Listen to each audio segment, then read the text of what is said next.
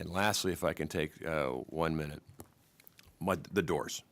So I read it like you, that the doors were $139,000. So I didn't even know they were my doors.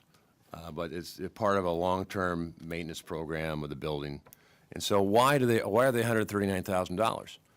Well, we brought it down to $55,000, but we had this little thing called the National Historic Preservation Act.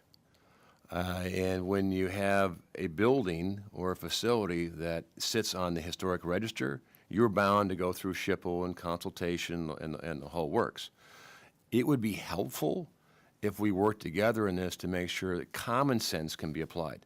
There are some buildings, absolutely, we need to make sure they're restored to original, Independence Hall among many of them.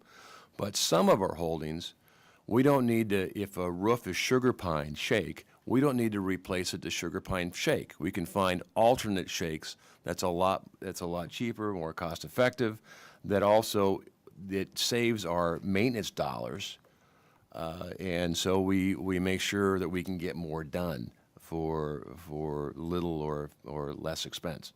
So I hope that this is a bipartisan issue on the National Historic Preservation Act, particularly I think it's Chapter 106 in there. If we work together and we're going through what legislative fixes would be, what do I have the power to as a secretary, and what legislative fixes to allow a little more flexibility and common sense to be applied on some of these projects as we go through the maintenance. Otherwise, we're gonna run out of money. Common sense is also an endangered species around here.